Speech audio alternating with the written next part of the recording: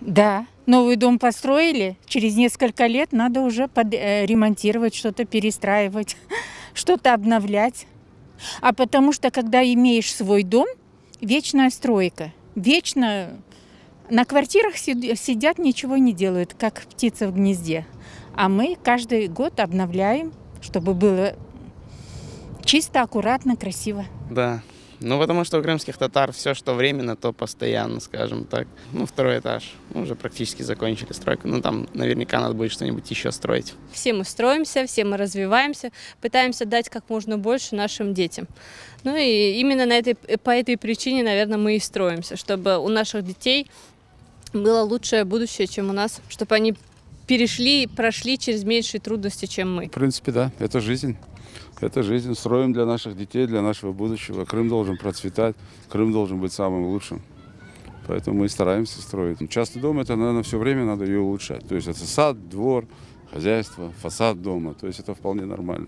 Жизнь – это движение. У нас похоже, естественно, это не то, что состояние неизбежности. Мы вечно должны строиться, чего-то достигать. Для того, чтобы наши дети в будущем жили достойно.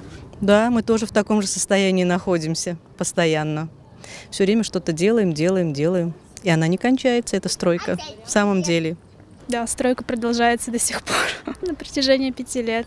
Нет, наверное. В наше время довольно не так просто получить участок, хотя если те, кто имеет приличные деньги, спокойно могут покупить, а те, которые не так достаточно зарабатывают, им довольно сложно получить участки и строить дома дальше.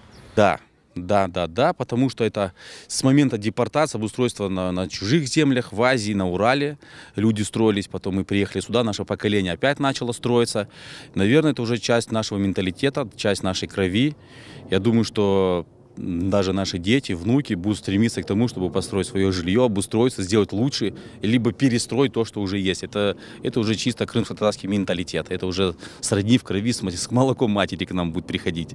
Несмотря на то, что живу в квартире, постоянно ремонт, постоянно нехватка какого-то времени, места, объема, жилья. Сделав одну комнату, делаем другую, там, санузлы и так далее, прихожки, но потом возвращаемся к тому, что уже нужно делать опять по новой ту комнату, которую делали первую. Выживаем, ну а что делать, так и будет продолжаться. Ой, мы всю жизнь строимся, насколько я живу, столько и все время что-то новое строим. Ну, ремонты, соседи постоянно делают ремонт, сидим в этажках, как в музыкальной шкатулке. Шум, гам, ну что делать, людям надо строить. Конечно, я сам, когда строюсь, каждому кирпичику, каждому новой плиточке рад.